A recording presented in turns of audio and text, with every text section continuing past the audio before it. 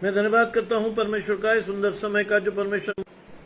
मैं विशेष धन्यवाद करता हूँ प्रभु में मेरे भाई अनुपम डेविड, अपनी भाभी शबनम डेविड जी का, जिन्होंने मौका मुझे दिया कि आपके समक्ष उपस्थित हो सकूं और हम सब परमेश्वर के वचन के प्रचार में कुछ समय के लिए समय व्यतीत कर सकें।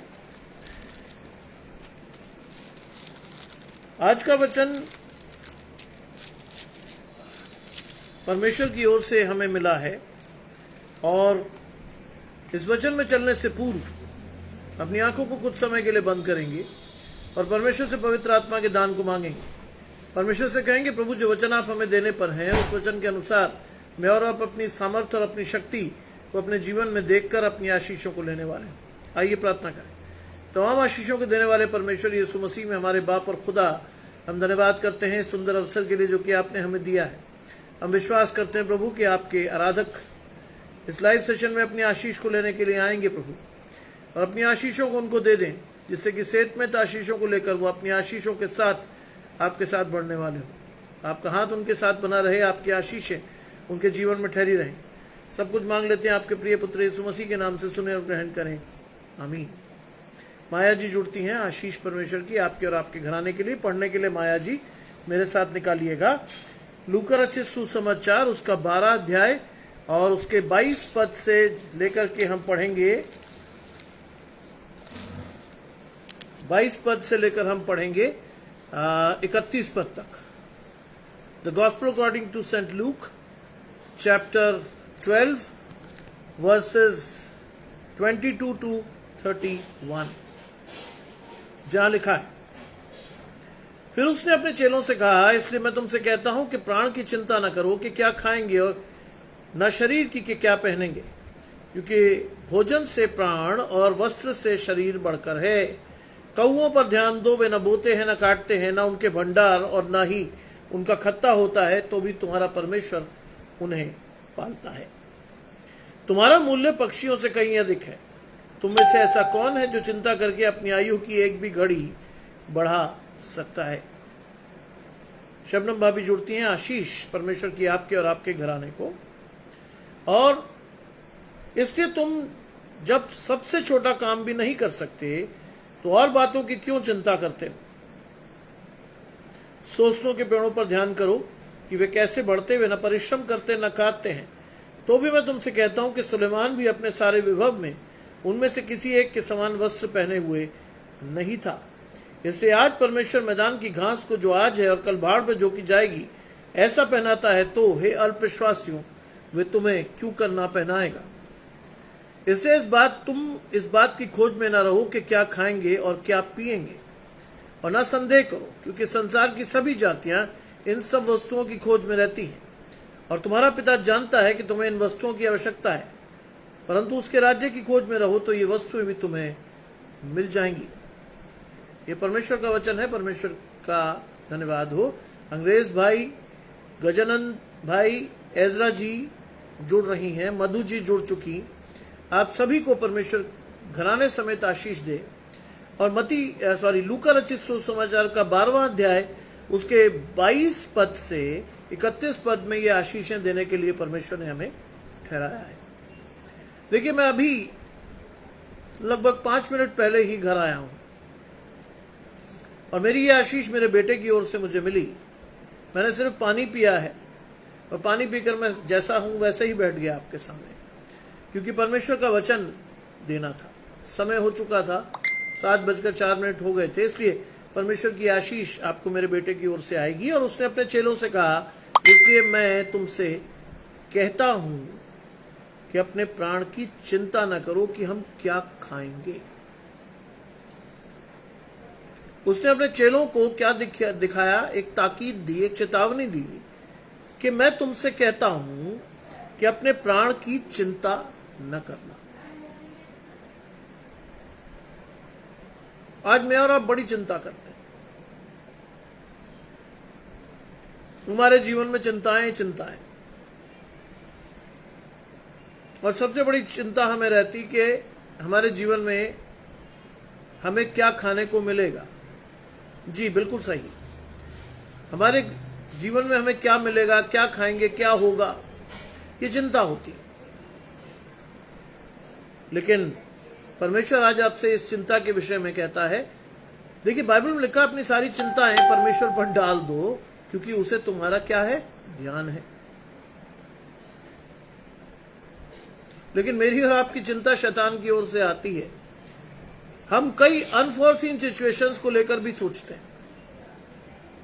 कि मत सोचिएगा कि ये स्थिति केवल आपके घरों में ही है। मेरी पत्नी को भी यही बीमारी है। वो कई सिचुएशंस को क्रिएट करके अपने दिमाग में चीजें बनाती है और सोचती है कल क्या होगा। लेकिन जिसको भी परमेश्वर के वचन का ज्ञान है, वो ये बात बहुत अच्छे से जानता है कि कल का दिन अपनी चिंता आप कर लेगा, आज के लिए आज ही का दुख बहुत है। ये बात जब तक आपके और मेरे जीवन में परमेश्वर की ओर से आती है, इसीलिए परमेश्वर कहता है कि चिंता न करना। किसी भी लेवल पर चिंता हमें नहीं करनी है। और विशेषकर प्राण की, या अंडरलाइन वर्ड है प्राण। क्यों? क्योंकि आत्मा परमेश्वर की ओर से आती है। शरीर में जब आत्मा का प्रवेश होता है तो हम इस आशीष को पाते हैं कि सबने पाप किया और परमेश्वर की महिमा से रहते, इसलिए हम इस दुनिया में आए। ये एक कॉमन सी आशीष, ये कॉमन सी चीज है जिसके द्वारा मनुष्य जन्म लेता है। क्योंकि ये श्राप हमें हवा के द्वारा परमेश्वर से मिल गया था, और उसमें ये साफ तौर पर लिखा है, उत्पत्ति पढ़ी है, उसमें लिखा है कि पाप की मजदूरी मृत्यु है।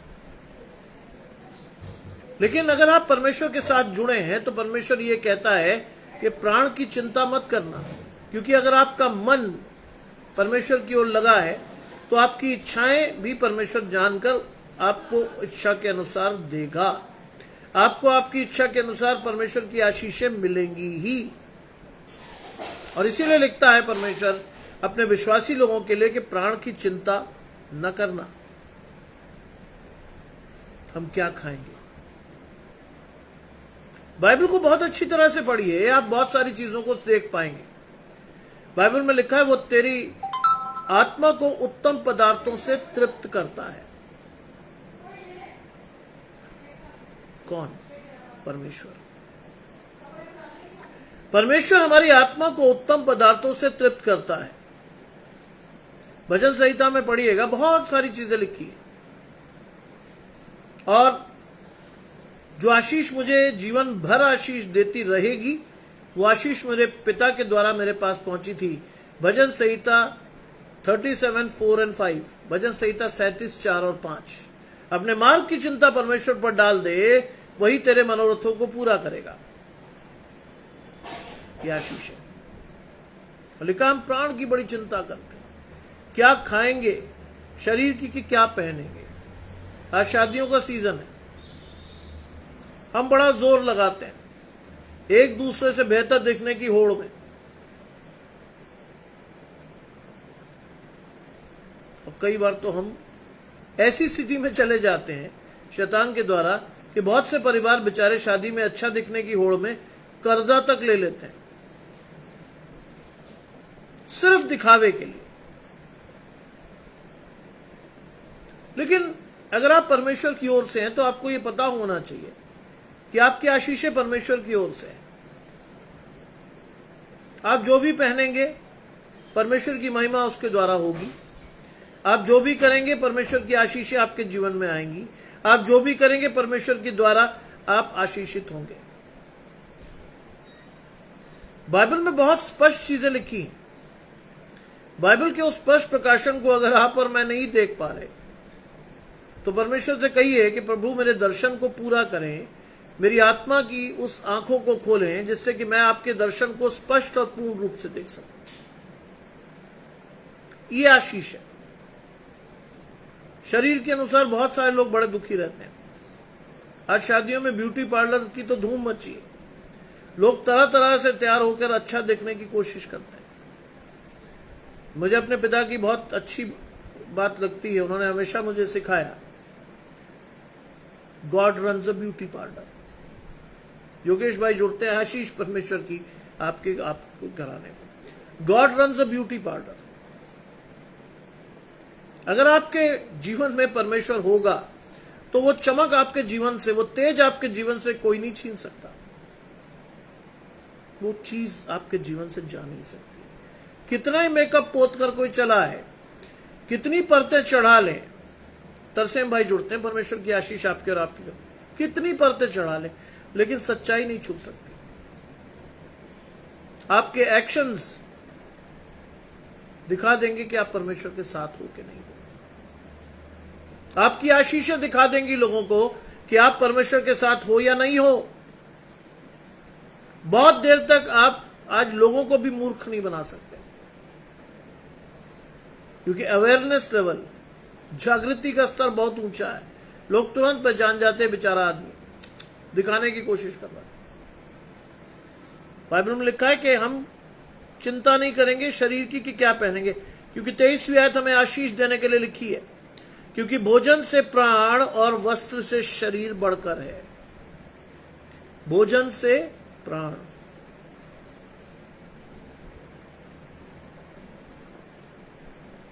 भोजन से प्राण। क्यों? प्राण को आज कैसे अन्न की आवश्यकता है, कैसी चीजों की आवश्यकता है। आज मैं और आप शारीरिक रूप से तो बहुत अच्छा खा सकते हैं, लेकिन हमारी आध्यात्मिक तृप्ति का क्या? कैसे हमारी आध्यात्मिक तृप्ति होगी?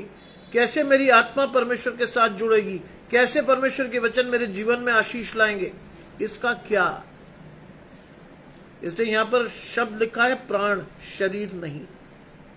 ध्यान रखिएगा, यहां शब्द लिखा है प्राण, शरीर नहीं, क्योंकि प्राण की तृप्ति होनी बहुत जरूरी है, आत्मा की तृप्ति होनी बहुत जरूरी है।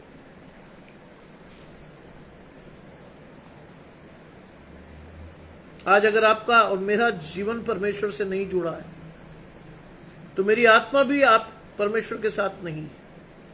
शैतान उसको इधर उधर ले जाएगा, भटकाएगा, नचाएगा, नष्ट कर देगा। इसीलिए परमेश्वर आज आपको चेतावनी दे रहा है कि आप भोजन से प्राण और वस्त्र शरीर से बढ़कर है। वस्त्र शरीर से बढ़कर है क्या?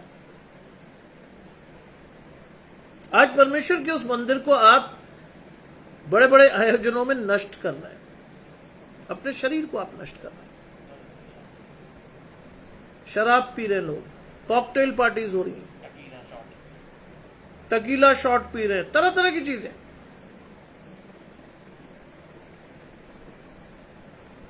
तरह तरह के भोंडे डांस। क्या मसीह शादी में ये आवश्यक है? क्या मसीह आयोजनों में यह आवश्यक है? आज मैं भी संसारिकता में इतना लिप्त हो गया हूं कि मैं वो सारे काम बड़ी लालसा से करते हैं, पर मैं सारे काम इतनी लालसा से करते हैं कि हमारा शरीर जो है वो वस्त्र से बढ़कर है। उस परमेश्वर के मंदिर को हम अपने हाथों से नष्ट करते हैं।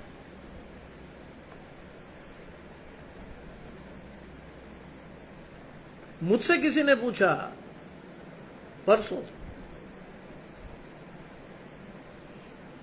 मेरे बहुत अच्छे दोस्त हैं, उन्होंने मुझसे पूछा कि भाई आजकल शादियों का ट्रेंड आप देख रहे हो जी, और जहां तक उन्होंने मुझे कहा कि जहां तक मैं जानता हूं आप पंजाब से हो। बिल्कुल सही। 2-4-5 साल में आपके बेटे की भी शादी होगी, बिल्कुल होनी है। मैं अभी तक नहीं समझा था कि वो मुझे किधर ले जा रहे हैं, लेकिन धीरे धीरे वो खुले, और धीरे धीरे उनका प्रयोजन क्या था? क्या आपकी शादी में कॉकटेल पार्टी नहीं होगी? मैंने उनका मुंह देखा, मसीह भाई था। मैंने कहा बिल्कुल नहीं। बोले क्यों? मैंने कहा देखो, मैं अपने हाथों से उस मंदिर को नष्ट करने में विश्वास नहीं रखता जो परमेश्वर ने हमें दिया है। कम से कम मैं तो नहीं। दूसरी चीज मैंने उसको बताई, मैंने कहा देखो भाई, जिसके ऊपर परमेश्वर का आत्मा निवास करता है वो क्या करता है? वो भीड़ से अलग निकालकर ऊंचे स्थान पर परमेश्वर द्वारा खड़ा कर दिया जाता है। क्या बने वो? उदाहरण बन के लोगों की आशीष ठहरे। इसलिए और मैं भी अगर उस बहाव में बह गया तो व्यर्थ है मेरा प्रचार करना, व्यर्थ है मेरा परमेश्वर का प्रकाशन, व्यर्थ है मेरा शरीर को परमेश्वर का मंदिर मानना। मैं नहीं करूंगा। फिर वो, क्योंकि शैतान हर तरह से गोल गोल घुमाता ना, फिर उन्होंने धीरे से पूछा कि अरे आप तो बहुत अच्छे परिवार से हैं। मैंने कहा साहब, फिर मुझे मालूम है आपके पिताजी डीआईजी थे। मैंने कहा वो भी ठीक। मैंने कहा अब जो आप पूछोगे मैं पहले से ही बता दूं। 2000 में मेरा विवाह हुआ था। मैंने अपने पिताजी को इंस्ट्रक्ट किया था, अपने रिश्तेदारों को इंस्ट्रक्ट किया था, शराब नहीं मिलेगी। कुछ भी करने शराब नहीं मिलेगी, ना परोसी जाएगी। मेरे कई रिश्तेदारों ने मेरे पिता को अप्रोच किया, लेकिन मेरे पिताजी जानते थे कि किस आदमी के साथ भिड़े हुए हो। उन्होंने कहा अगर उसने मना कर दिया है, कोशिश भी मत कीजिएगा। स्वभाव से वो लड़का बहुत ढीठ है। मैं आज भी वैसा ही हूं। अगर मैंने किसी चीज को ना कहा तो वो ना ही है, कुछ भी करने आप। क्योंकि ये बात मैंने अपनी मां से सीखी थी। मेरी मां ने मुझे बचपन से सिखाया था कि तुम्हारी हां हां हो, ना ना हो। बीच में अगर कुछ कर रहे हो तो कॉम्प्रोमाइज है, वो करना नहीं है तुम्हें। इसलिए मैं हमेशा एक ही तरफ रहता हूं। अगर मुझे नहीं करना तो मैं ना, उसमें बीच में कोई रिस्पाइट नहीं। मुझे अगर हां करनी है तो कुछ भी करो, परमेश्वर की महिमा के लिए करो। क्योंकि मेरे सामने ये वचन का प्रकाशन बहुत खुला है। आज चुन लो तुम किसकी सेवा करो। देखिए, take sides. Either you should be with Satan और you should be with God. बीच में मत लटके रहिए। या तो आप परमेश्वर के पास खड़े हो जाइए, कहिए प्रभु मैंने सब कुछ छोड़ दिया, मैं तेरे पास खड़ा हूं, कुछ भी और नहीं करूंगा। और या शैतान की गोद में जाकर कहिए परमेश्वर आज से मैंने तुझे छोड़ दिया, अब जो शैतान कहेगा मैं उस सब करूंगा। And see the difference. आपको आपकी आशीषें जाती हुई चलती हुई दिखेंगी कि गई। अगर आप परमेश्वर के साथ खड़े हो, आती हुई दिखेंगी आशीष।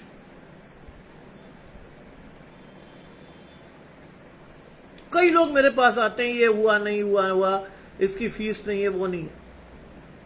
मेरे सामने एक वचन बहुत खुल के आता है, जो कंगाल को अपनी रोटी में से खिलाता है, परमेश्वर उसके खत्तों को भरे पूरे रखता है।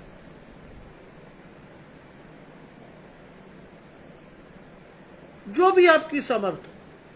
अगर कोई व्यक्ति आपसे कहता है कि साहब मेरे लिए, मेरे जीवन में ये नहीं है, खाने को नहीं है, जो भी सामर्थ हो आपकी दे दीजिए। आप परमेश्वर को खिलाएंगे। लिखा है बाइबल में कि जो तो तुमने किसी छोटों में से छोटों के साथ किया, वो तुमने मेरे साथ किया। अपनी आशीष को लेना सीखिए, अपने प्रकाशन को मजबूत कीजिए, अपने विश्वास को परमेश्वर के साथ जोड़िए, and you will see the blessings of God for sure. कोई ताकत आपके से आपके विश्वास को नहीं छीन सकती। लिखा है वस्त्र से शरीर बढ़कर है। माय फादर यूज्ड टू से, मेरे फादर बॉडी बिल्डर थे, ही यूज्ड टू से, लोग शरीर खराब कर देते, सिगरेट शराब पान बीड़ी खाकर खोखला कर देते, लिवर सिरोसिस हो जाती है, कैंसर हो जाता है, टीबी हो जाती है। He was very particular about exercise. इतना मजबूत शरीर था उनका, मैं आपको बता नहीं सकता।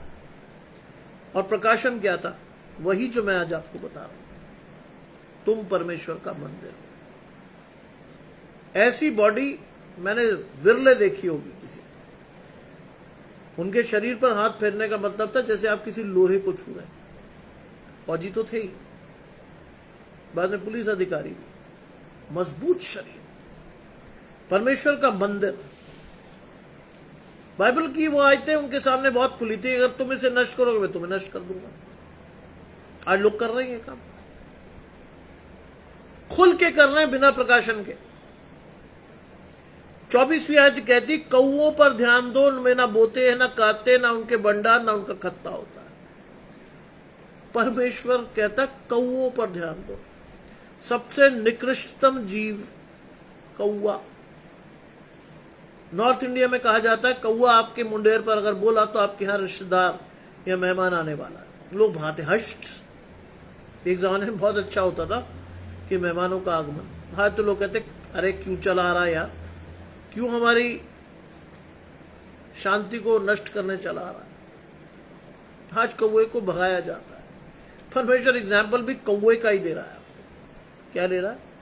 वे ना बोते ना काटते, सीधी बात।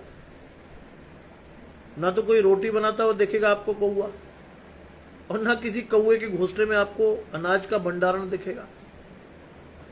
क्यों? क्योंकि उनके पास कुछ है ही।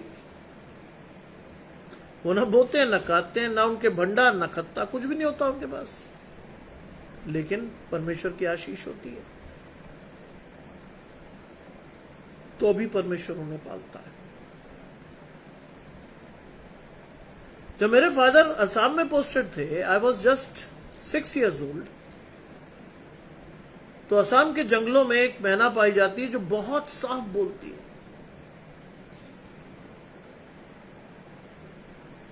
एक गांव में मेरे पिताजी गए तो एक पिंजरा एक गांव वालों ने भेंट किया। वो एसपी थे उस टाइम।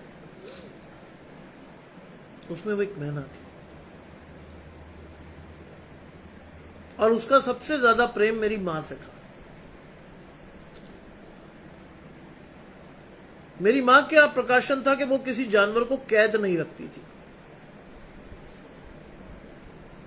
धीरे धीरे मेरी मां ने उससे बातचीत की, मित्रता हुई, और 1 महीने के बाद मेरी मां ने उसको खोला।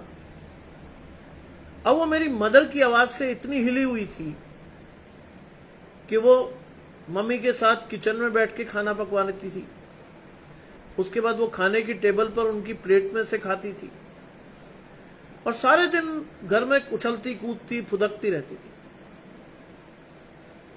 रात को मम्मी उसको बड़ी प्यारी आवाज से बुलाकर सोने के लिए पिंजरे में बिठाती थी। 5 साल तक वो बच्चा हमारे घर में रहा और वो हर चीज को बड़ी गौर से सुनता था और उसका प्रत्युत्तर भी बहुत अच्छा देता था। कई बार मेरे पिताजी मुझसे नाराज हुए और मेरी पिटाई हुई। मैना बहुत अच्छी तरह समझती थी और वो कहती थी मत मारो मत मारो। उससे आप जान सकते हैं कि परमेश्वर की आत्मा भी जीवों में होती है।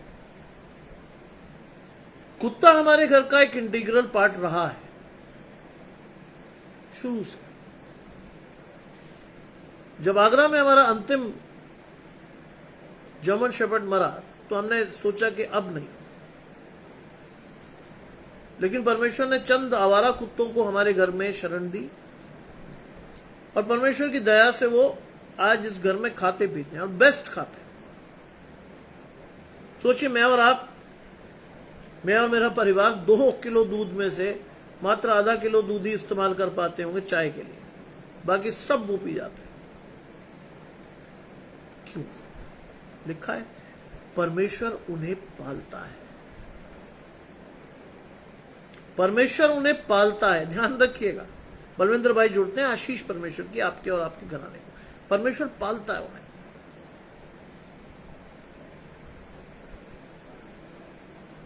और ये बहुत बड़ी आशीष है। मेरी मां ने हमें सिखाया था कि बेटा कभी ये एहसान मत करना जानवर पर के उसे कुछ बासी या पुराना दे दो, बेस्ट खिलाओ, क्योंकि वो तुम्हारी भाषा नहीं समझ सकता। वो तुम्हारी भाषा तो समझ लेगा, तुम उसकी नहीं समझ सकते। लेकिन प्रार्थना वो भी करते हैं क्योंकि आत्मा उनके पास भी है। जितना अच्छा खिलाओगे उतनी बड़ी आशीष उस जानवर से पाओगे। ये मेरी मां सिखा गई थी। और बहुत अच्छी चीज और सिखाई उन्होंने कई घरों में कुत्ते को बाद में खाना देते हैं, जानवर को बाद में खाना देते हैं। हमारे घर में ये ट्रेडिशन रहा है कि अपना खाना खाने से पहले कुत्ता तृप्त होकर आपके पास बैठा हो, बाद में हम जो और बची हुई चीज होती वो बाद में देते हैं, लेकिन उसका पूरा खाना, बिल्कुल बेहतरीन खाना उसको शुरू में दिया जाता है। क्योंकि मेरी माँ ने मुझे सिखाया, आश्रित है वो तुम्हारे ऊपर, उसका भोजन पहले। और ये बड़ी आशीष है, आज तक हमारे परिवार में बनी हुई है। लिखा है, तुम्हारा मूल्य पक्षियों से कहीं अधिक है। ये परमेश्वर हमें दिखा भी रहा है, चिता भी रहा है। अगर हम जानवरों की, जीवों की सेवा करते हैं तो परमेश्वर कहता है, तुम मेरी दृष्टि में तुम्हारा मूल्य उनसे बढ़कर है, तुम्हारी आशीष भी उससे बढ़कर आएगी। आज हमारे पास खत्ते भी हैं, भंडार भी है, हम जोड़ते भी हैं और क्या करते हैं, काटते भी हैं।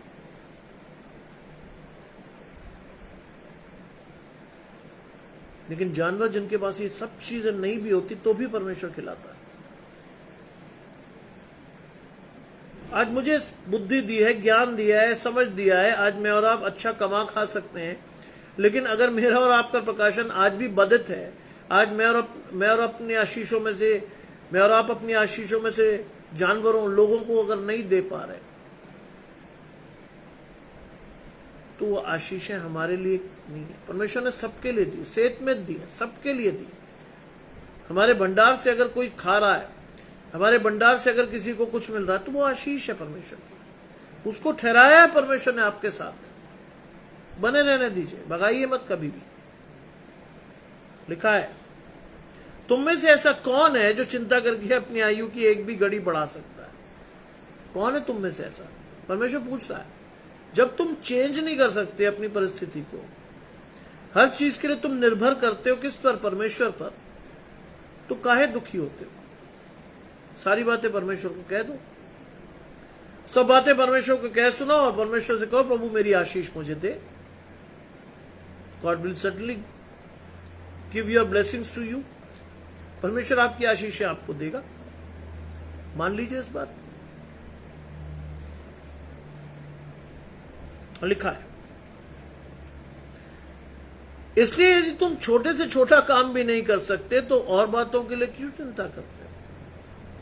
जब हम ये छोटा काम भी नहीं कर सकते कि हम अपने जीवन को बढ़ाना घटा सकते हैं, तो और बातों की क्यों चिंता करते हैं?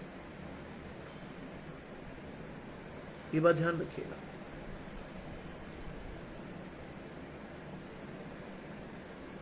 आज हमारे परिवार में जो भी कुछ होगा,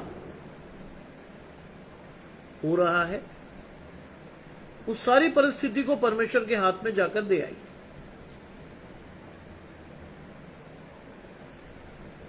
और एक ही लाइन में प्रार्थना करिए कि प्रभु इस पूरी स्थिति में मेरी नहीं वरन आपकी इच्छा मेरे जीवन से पूरी हो। आप देखेंगे आपकी आशीषें कई गुना बढ़ जाएंगी, कम नहीं होंगी, कई गुना बढ़ जाएंगी, क्योंकि आपने परमेश्वर को सौंप दिया सब कुछ। आप कहकर चले आए परमेश्वर के पास से कि प्रभु तू जान। परमेश्वर आपको बेस्ट देगा, सेकंड बेस्ट नहीं। ध्यान रखिएगा।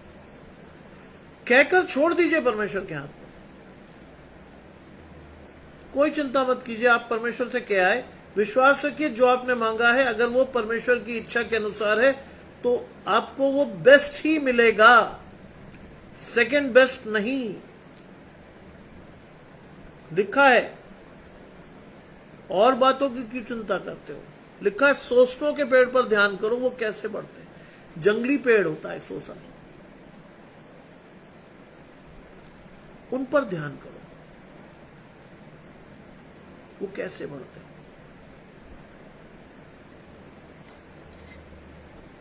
आज मुझे और आपको बड़ी चिंता होती है। हम जब बुजुर्ग होने लगते तो विटामिन सप्लीमेंट खाने लगते हैं, तरह तरह की दवाइयां खाकर हम कहते हैं साहब जवान बना रहो। जानते बाइबल में लिखा, आयु जो है परमेश्वर की बहुत बड़ी आशीष है। आज उसी को लोग छिपाने में लगे हुए हैं। काला, पीला, नीला, हरा, तरह तरह के बाल रंग के लोग खुश होते हैं, परमेश्वर को नहीं भाता। ध्यान रखिए, मुझे वो लोग बिल्कुल पसंद नहीं आते जो बाल रंगते हैं। पता क्यों? वो कहीं ना कहीं परमेश्वर को डिफाई करते हैं।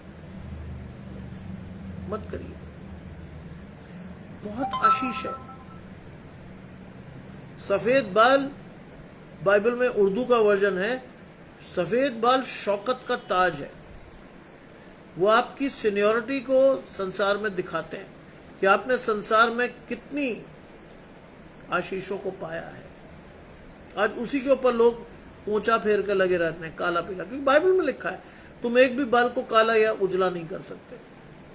आज मैं और आप शैतान के साथ बढ़कर ये काम लगातार करते हैं। हमारा परिवार का एक मोटा बजट हेयर डाई में जाता है, परमेश्वर ने इसके लिए ठहराया ही नहीं। जो है जैसा है परमेश्वर के साथ है। आज आपको एक बहुत बड़ी आशीष दे रहा हूं। मैंने कभी ये सारी चीजें की नहीं, लेकिन यकीन जानिए मैं कहीं भी जाकर खड़ा होता हूं, लोग आदर और आशीष के साथ ले जाकर बिठा लेते हैं, क्योंकि मैं कोई ऐसी छिछोरी हरकत करता हुआ नहीं दिखता कि शक्ल लटकी हुई, बाल काले। I don't do it. जैसा हूं परमेश्वर के आगे ग्रहण योग्य हूं, परमेश्वर का हूं, खत्म बात। और ये आशीष मेरी मां ने मुझे दी। 81 ईयर्स की उम्र तक उनके 70% बाल काले थे। कभी बंदी ने, मेरी मां ने कोशिश भी नहीं की कि ऐसी किसी चीज को अपने जीवन में लाए, कभी नहीं। और ये बात उन्होंने मुझे बड़ी अच्छी तरीके से सिखाई कि बेटा ये सब कभी मत करना, परमेश्वर को शोकित करोगे तो जो है जैसा है परमेश्वर को ग्रहण योग्य, बस चलना वैसे। मेरी मां बहुत स्ट्रिक्ट थी। आज मुझे इसके बात को कहते हुए तनिक भी दुख नहीं होता कि मैं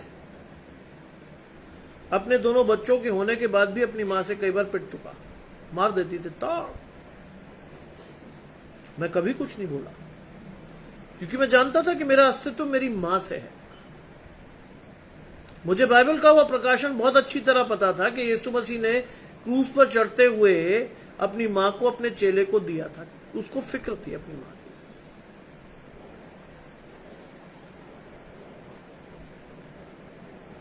आज तो लोग इस हद तक गिर जाते हैं कि कई घरों में मैंने बहुत साफ तौर पर यह सुना है, देखा भी है कि माँ बाप को प्रताड़ित किया जाता है, मारा जाता है, कोने में फेंक दिया जाता है, बासी और गंदा खाना खिलाते हैं,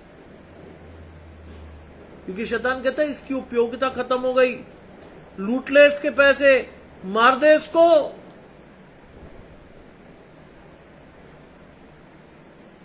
ध्यान रखिएगा एक बात का, अगर आपके परिवार में बुजुर्ग खुश में रहेंगे तो आपकी आशीषें परमेश्वर की ओर से तिगनी चौगनी हो जाएंगी। अगर आपके परिवार में बुजुर्ग खुश रहेंगे तो, और ये मैं आपको ऐसे नहीं कह रहा, मैं कोई भी बात आपको ऐसे नहीं कह रहा हूं। जो भी बात कह रहा हूं उसका आधार है बाइबल में, क्योंकि केवल यही आशीष है बाइबल में जिस पर लिखा गया है कि तुम्हारी आयु बढ़े, तुम परमेश्वर की आशीषों के साथ बढ़ो, और किसी भी चीज में नहीं लिखा है बात। आज मैं अपने बच्चों को ये बात सिखाता हूं कि बेटा आज हम शक्तिशाली हैं, कल नहीं होंगे। हर माँ बाप अपनी औकात से बढ़कर अपने बच्चों को पालता है, लेकिन सबसे बड़ी कमी हमारी ही होती है। हम बच्चों को ना तो परमेश्वर के वचन को सुनाते हैं, ना सिखाते हैं, और उसके बाद जब दुखी होते हैं तब, क्योंकि बच्चे पे प्रकाशन है ही नहीं, आपने उसे सिखाया ही नहीं, आप परमेश्वर के पास उसे ले ही नहीं गए, आपने कभी इकट्ठे बैठकर प्रार्थना की ही नहीं। दिल्ली की एक महिला मेरे प्रचार के दौरान मेरे पास आई और उन्होंने कहा कि मेरे बच्चे परमेश्वर के अनुसार नहीं चलते। मैं प्रचार करता हूं, लेकिन अचानक मुझे समझ में आया, मैंने उनसे चलते प्रचार में एक सवाल पूछा, मुझे बताइए क्या आप रेगुलर फैमिली प्रेयर करते हैं? थोड़ी दिनों देर तक शांति चाहिए, तो उसके बाद जवाब आया नो। मैंने आज से शुरू कीजिए। मैंने कहा क्या आपका बच्चा आपके साथ बैठता है? हम व्यस्त बहुत रहते हैं। मैंने कहा तो फिर आपकी आशीषें भी व्यस्त ही रहेंगी, आपकी आशीषें भी व्यस्त रहेंगी, क्योंकि आप परमेश्वर के वचन में जाकर अपनी आशीषों को अपने बच्चों के साथ नहीं खोज पा रहे हो। आपकी व्यस्तता शैतान की ओर से है, परमेश्वर की ओर से नहीं। इसीलिए वो कहता है जंगली सोचनों के पेड़ों पर ध्यान करो, वे कैसे बढ़ते हैं, वे ना परिश्रम करते ना काटते हैं, लेकिन आशीष कितनी बड़ी है। तो अभी मैं तुमसे कहता हूं कि सुलेमान भी अपने सारे विभव में उनमें से किसी एक के समान भी वस्त्र पहने हुए नहीं था। सोसन का जब फूल आता है ना, इतना शानदार आता है, इतने कलर्स में आता है कि दूर से देख के आपको लगता है क्या प्रकृति है परमेश्वर की, क्या विभव है परमेश्वर का, क्या आशीष है परमेश्वर की। साफ तौर पर लिखा है कि सुलेमान भी उनके समान, किसी एक के समान वस्त्र पहने हुए नहीं था। पर मैं तो तरह तरह के महंगे से महंगा कपड़े पहनकर अपने आप को दिखाने की कोशिश करते हैं, लेकिन परमेश्वर जंगली पेड़ों पर भी जो आशीष देता है वो सुलेमान के सारे वस्त्रों से भी बढ़कर थी। आज मैं और आप बड़ी खरीदारी करते हैं, लेकिन परमेश्वर को देने के लिए हमारा हाथ तंग हो जाता है। अरे नहीं साहब, नवंबर आ रहा है, दिसंबर शुरू होते ही आपके और मेरे परिवार की लिस्टें बन जाएंगी। इसको ये खरीदना है, उसको वो लेना है, इसको ये देना है, उसका वो करना है, केक बनना है, फलाना होना है, ढिकाना होना है परमेश्वर के लिए। परमेश्वर तू तो जानता है हमारी हालत, है ना। ये चीजें हम करते हैं, ये प्रैक्टिकल चीजें बता रहा हूं। कई लोग आपको पूरे साल नहीं दिखेंगे, लेकिन क्रिसमस के दौरान वो दिखने लगेंगे, क्योंकि क्रिसमस प्रोग्राम्स होते हैं, क्रिसमस डिनर्स होते हैं, और वो उसमें शिरकत करते हैं। लालसा से परमेश्वर के साथ मत जुड़िए, आशीष कभी नहीं आएगी। लालसा के साथ जुड़ने के अर्थ जानते हैं, आशीष आएगी ही नहीं। लिखा है इसलिए परमेश्वर मैदान की उस घास को जो आज है और कल भाड़ में झोंकी जाएगी ऐसा पहनाता है, तो हे अल्पविश्वासियों तुम्हें क्यों करना पहनाएगा। हमारा विश्वास ही नहीं है, इसीलिए लिखा है अल्पविश्वास। कायदे में यह वर्ड होना चाहिए था हम विश्वास रहित हैं। हम अपनी शक्ति और अपनी सामर्थ्य पर भरोसा करते हैं, हम अपने कपड़ों पर भरोसा करते हैं, हम परमेश्वर पर भरोसा नहीं करते। मुझे याद है मेरे पिताजी ने मुझे बताया था, बेटा जब हम छोटे थे तो हमारी पहचान क्या होती थी किसी भी फंक्शन में, कि हम सभी बच्चे एक ही थान का कपड़ा पहनते थे, एक ही तरह का सिला हुआ, क्योंकि माँ बाप के पास पैसे नहीं होते थे। कहते हमारे पिताजी जाकर जो सबसे वाजिब कपड़ा मिलता था, सबसे ठीक ठाक कपड़ा मिलता था, उसका थान ले आते और दर्जी को बुलाकर कहते सबका नाप ले जाओ और सबको बना कर दे दो। कहते बड़ा आसान था आइडेंटिफाई करना कि साहब डैनियल परिवार के बच्चे कौन से हैं, सबके कपड़े एक से। और ये कई मसीह परिवारों में था भी, क्योंकि गरीब थे, लेकिन परमेश्वर की आशीषों से बहुत अमीर थे।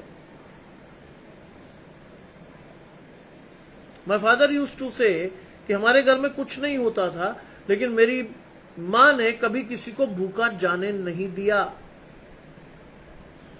आज हमारे घरों में बहुत कुछ है, लेकिन हम बाहर से भगा देते लोग, हट। क्यों? प्रकाशन नहीं है, प्रकाशन नहीं है परमेश्वर का हमारे जीवन। इसीलिए लिखा है परमेश्वर ने अल्प विश्वासियों तुम्हें क्यों कर नहीं पहनाएगा। आज मेरी और आपकी आशीष भी परमेश्वर की ओर से नहीं आ रही। हम भी शारीरिक लोगों की तरह चीजें जोड़ जोड़ के चीजें कर रहे हैं। आगे आपके लिए आशीष आएगी। 29वीं आयत कहती है, तुम इस बात की खोज में मत रहो कि क्या खाएंगे क्या पिएंगे, और ना संदेह करो। तीनों चीजें। Very good. गजानंद भाई, इनका सुबह का प्रकाशन भी मुझे याद है कि उन्होंने गुटखा कैसे छोड़ा, और आज भी वो बहुत बड़ी आशीष दे रहे हैं। हे यहोवा, तेरे काम तो अनगिनत है, तूने सब बुद्धि से बनाया है, पृथ्वी तेरी संपदा से परिपूर्ण है। तू अपनी श्वास भेजता है तो वो सिरजे जाते हैं, और तू धरती के रूप को एक नया कर देता है। यस, हम परमेश्वर की श्वास से जिंदा है। वो आशीष तो हम कभी नहीं मांगते, हमें लगता है फॉर ग्रांटेड है। आज हम जी रहे हैं, दुनिया सांस ले रही, मैं भी ले रहा हूं। नहीं, दुनिया सांस ले रही ठीक है, लेकिन अगर आप सांस लें तो आप परमेश्वर के नाम से लें। आपकी आशीषें परमेश्वर से आए, शैतान से नहीं। आप उस महिमा को पाने के लिए संसार में हैं, इसलिए नहीं कि शैतान की सी चाल चलते हुए जीवन गुजारें। इसलिए लिखा है, इस बात की खोज में मत रहो क्या खाएंगे क्या पिएंगे, और ना ही संदेह करो। संदेह तो करना ही नहीं है। याकूब में लिखा संदेह की परिभाषा, संदेह करने वाला उस लहर के समान है जो हवा से बहती और उछलती है। ऐसा मनुष्य ये ना समझे मुझे प्रभु से कुछ मिलेगा। वो व्यक्ति दुचिता और अपनी सारी बातों में चल जाए। संदेह तो करना ही नहीं है। संदेह किया, आपकी और मेरी आशीष गई। संदेह तो करना ही नहीं है। और लिखा है, क्योंकि संसार की सब जातियां इन वस्तुओं की खोज में रहती है। बहुत बढ़िया चीज, संसार का पूरा संसार लगा इसी काम पे। आज दिवाली चल रही है, दिवाली की खरीदारी चल रही, पूरा संसार लगा इस वस्तु की खोज में। पूरा जोर लगा, लोग कर्जा ले लेके अपना त्योहार मना रहे हैं, क्योंकि परमेश्वर के साथ नहीं है, परमेश्वर की आशीषें नहीं है, घरों में अभाव है। अभी मैं एक व्यक्ति से बात कर रहा था, आगरा की एक बहुत बड़ी फर्म है बालाजी जूस, संजय प्लेस में बहुत बड़ी दुकान। टर्नओवर उनका महीने का लाखों में होगा। और वो व्यक्ति बता रहा था कि सर ये दुकान जो है ना, अब इनके बीच में लड़ाइयां शुरू हो गई, पैसा बढ़ गया। अब उस हक की लड़ाई इस कदर हो गई है कि जिस पिता ने उस दुकान को खोला था, जिस पिता ने उस फर्म को शुरू किया था, आज वही भूखा रह जाता है। उसी को उसकी बहुएं रोटियां नहीं खिला रही, वही आज एक कोने में डाल दिया गया है। उससे लगातार दबाव लेकर कहा जा रहा है कि दुकान हमारे नाम करो। यह है शैतान की योजना। बाइबल में लिखा है, अधिक धन क्या कर देता है? मति या बुद्धि को भ्रष्ट कर देता है। सोचने समझने की शक्ति खत्म है ना। धन की चिंता तो कभी करिएगा भी मत, क्योंकि परमेश्वर उत्तम आशीषें आपको देता रहेगा, आपके पास हो या ना हो। क्योंकि कौओं का एग्जाम्पल है आपके पास, उत्तम आशीषें आती रहेंगी आपके पास, कोई ताकत नहीं रोक सकती। आज कई लोग बालाजी जूस सेंटर वाले को समझा रहे हैं कि भैया दे दो उनको, वरना तुम्हारा बुढ़ापा खराब हो जाएगा। आज घरों में ये स्थिति है।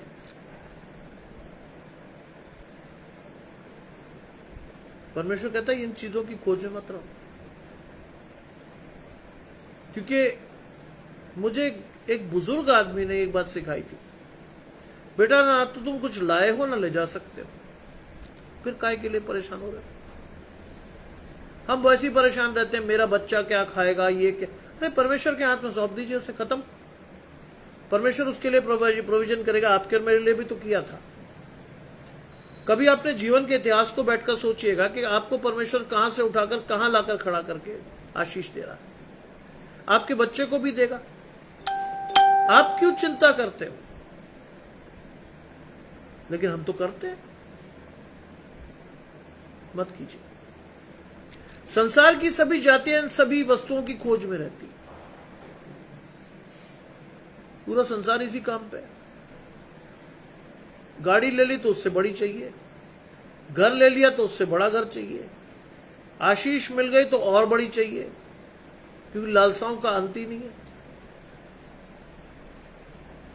संसार की सभी जातियां इसकी खोज में रहती है। आगे आपकी और मेरी आशीष है। तुम्हारा पिता जानता है कि तुम्हें इन वस्तुओं की आवश्यकता है। गॉड नोज कि वी नीड सच थिंग्स, हमें भी चाहिए जीवन यापन के लिए सब चीजें। क्या लिखा है भाई?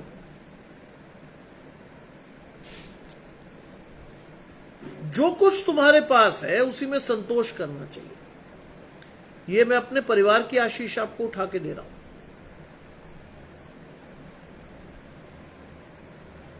माय फादर यूज्ड टू से कि जब हमारे यहाँ त्योहार होते थे तो हम कई लोगों को अपने से बहुत अच्छे कपड़े पहने देखते थे।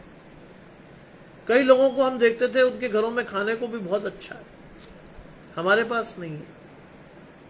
जो भी थोड़ा बहुत होता था हमारी माँ उसी में कहती थी बेटा इसी में संतोष करो, क्योंकि कितनों की उन्होंने हमेशा ये बात सिखाई। मेरे पिताजी ने हर बार मुझे ये सिखाया कि बेटा नीचे देखकर चलो, ऊपर देखकर नहीं। ऊपर देखोगे हमेशा दुखी रहोगे, नीचे देखोगे तुम्हें बहुत खुशी होगी कि तुम्हारे पास औरों से ज्यादा है। आज शैतान हमें ऊपर दिखाता है, सामने वाले के पास, ऊपर वाले के पास क्या क्या है, तेरे पास तो कुछ भी नहीं है। और फिर क्या होता है, जो इजराइल कौम ने किया वो आप और मैं भी वही कर रहे होते हैं, कुड़कुड़ा रहे होते हैं। हम कुड़कुड़ा रहे होते हैं कि प्रभु तूने ये नहीं दिया वो नहीं दिया। अरे जो दिया है वो और कितनों से अच्छा दिया है, ये आपको और मुझे नहीं दिखता। आज जो आशीष है वो देखिए, क्योंकि मेरे पिता कहते थे, हमें कई लोगों को देख के हैरानी होती थी, अच्छा इतने कपड़े भी हो सकते हैं, पहनने को चप्पल भी हो सकती है, कितनी चीजें। वो कहते थे हम देखते थे बस, लेकिन हमारी माँ कहती थी नहीं बेटा जो तेरा है तुम्हारे पास है वो बहुत अच्छा है। और जानते हैं, अगर आप मेरे वृहद परिवार की बात करेंगे, मेरा 30 से 40% परिवार विदेशों में बैठा है।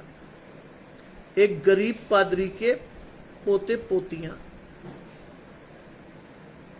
विदेशों में बैठे, किसी भली वस्तु की घटी नहीं है उन्हें, क्योंकि हमारी दादी का संतोष हमारे जीवन में आशीष दे गया। हमारे परिवार की वो आशीष खड़ी रह गई परमेश्वर के सामने कि तू थोड़े में संतोष करना जानता है, मैं तुझे बहुत का मालिक बनाऊंगा। परमेश्वर का वचन केवल प्रचार करने के लिए नहीं है। मैं आपको बार बार ये बात कहता हूं कि मैं यहां से प्रचार नहीं करता, मैं प्रचार यहां से करता हूं। परमेश्वर की आत्मा, परमेश्वर के मन से प्रचार करता हूं। मैं सिर्फ दिखाने के लिए प्रचार नहीं करता कि साहब प्रचार हो रहा ना। मैं शुरू में पवित्र आत्मा को मांग लेता हूं, परमेश्वर की आशीषों को मांग लेता हूं, क्योंकि मुझे मालूम है मांगोगे तो मिलेगा।